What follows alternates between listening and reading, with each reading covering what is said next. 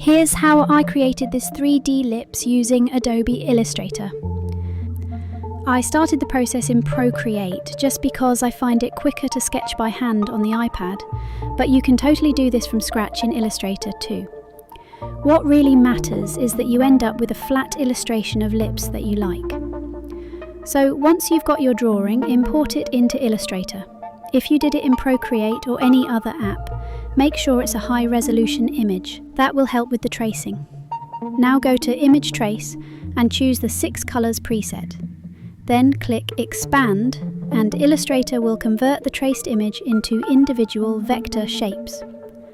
At this point you should have a clean, editable vector version of your lips. Okay, now we are going to add the 3D effect. Go to Effect, 3D and Materials, Inflate, and you will instantly have a rounded 3D version of your shapes. But to make it more realistic or just visually cooler, open the 3D and Materials panel and head into Materials Properties. Here you'll find a couple of sliders, Metallic and Roughness. Play with those until you get the texture and light reflection you want. Personally, I like to lower the roughness and increase the metallic just a bit. It gives it a glossier vibe. If the vector result looks too messy, you can simplify it a bit or clean up some anchor points manually.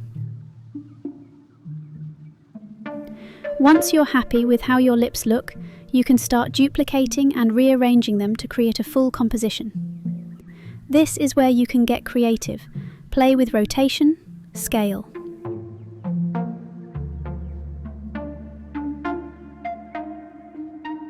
You can also experiment with your backgrounds to make it pop. And that's it. You now have a set of shiny 3D lips created in Illustrator. Let me know in the comments if you try this. And if you liked this, I've got more tutorials on my channel, so feel free to check those out too. Don't forget to like and subscribe. It really helps me keep making videos like this.